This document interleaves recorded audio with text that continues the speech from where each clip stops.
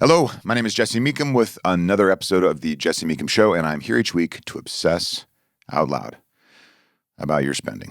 And it is all spending. Everything you do with money is spending. Whether you like it or not, you can say you save it. It's just spending. You're just spending it later. You can say you're doing it for retirement.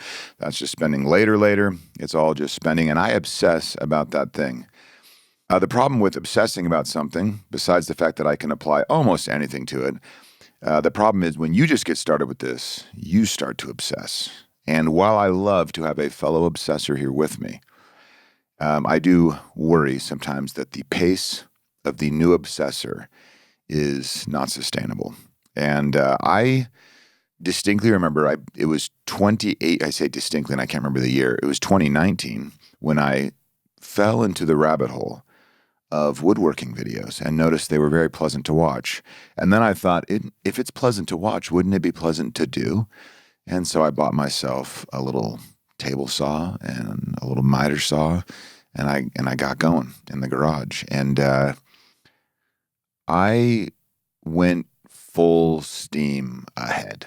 Like I was, every moment I could, I was watching videos, trying to learn this or that thing. I have no instincts for this, no natural proclivity to working with wood in any way that is respectable. But I was just obsessed with it.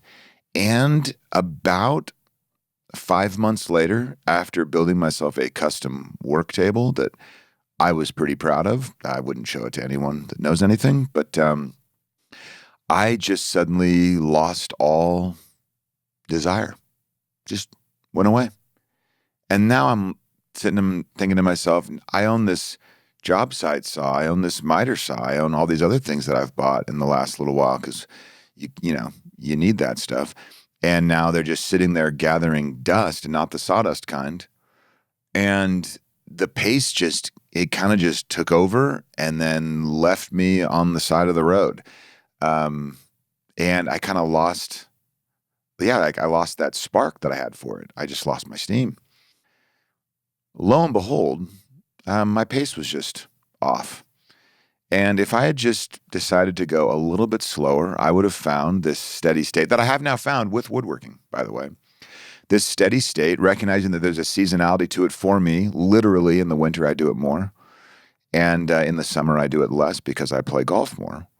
And that's just a natural thing. But also just the amount of time that I spend in there is sustainable. I don't feel like I'm giving up a bunch of other things. I don't feel like something else is going to break, something at work, something with the family, whatever. It just feels like, oh, that half hour I had today, that was very nice. Or in that rare moment, oh, those 90 minutes I had uninterrupted today in the shop, that was nice. Versus trying to squeeze in, 10 minutes, I'll run out to the garage. We do this. This is my long roundabout way of saying, when you're getting excited about fixing your spending and really getting good at giving every dollar a job, thus eliminating money worry from your life, you can kind of want to do it all. You can be like, well, I got to get rid of all this debt as soon as possible. And you just harness this intensity that cannot last. Now, there is a level of intensity that can last, and it just might be like, yeah, I'm being kind of intense. I'm talking about an unsustainable pace. I like a little intensity. I like it a lot. You might say you've built up 30 years of spending habits, and suddenly you're like, we will never eat out. We will never do this. We will never do. And it's not real. Or, you spend $1,000 a month on groceries. If only I spend $1,000 a month on groceries, and you're like, we're going to go to 400. Do you have the same number of kids you did before? Questions like that come into play. So you'll even see this with super savers where they're like, I'm going to retire early. And I love the FIRE community, the financial independence, retire early. Love that community. But the intensity sometimes will burn people out. And so even in that community where it is by default intense, people will still need to find the level of intensity that is sustainable. So I don't want to make this a message saying, hey, dial back, don't be intense. You need some. You do need a little bit because you're trying to change behavior.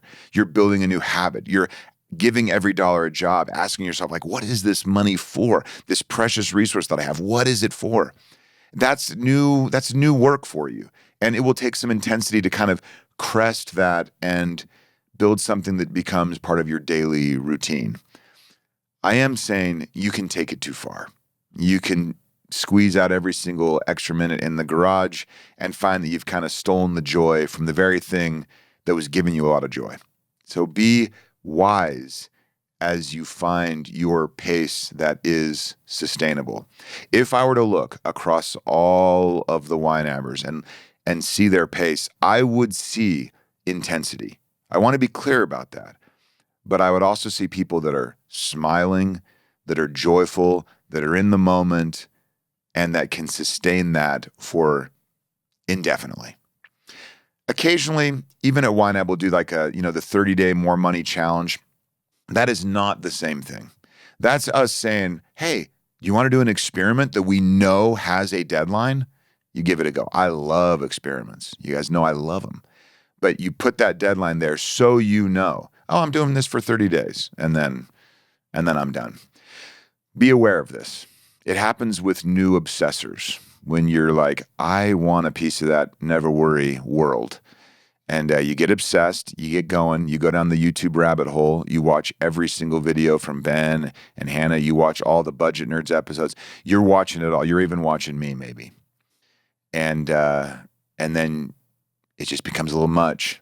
And maybe you're talking to your partner incessantly about it. And maybe they're even trying to tell you this is a little much. And if there's anyone that could tell you it's a little much accurately, it is probably your spouse. So, and maybe, just maybe I heard that about the woodworking well before I actually burned out, perhaps. So find that wise person that knows you better than anyone, and they might be able to tell you what they see as sustainable. Get a little information that way. I love the intensity. Love it. Just make sure that you can do it for the long haul so that you have a lifetime of never worrying about money again.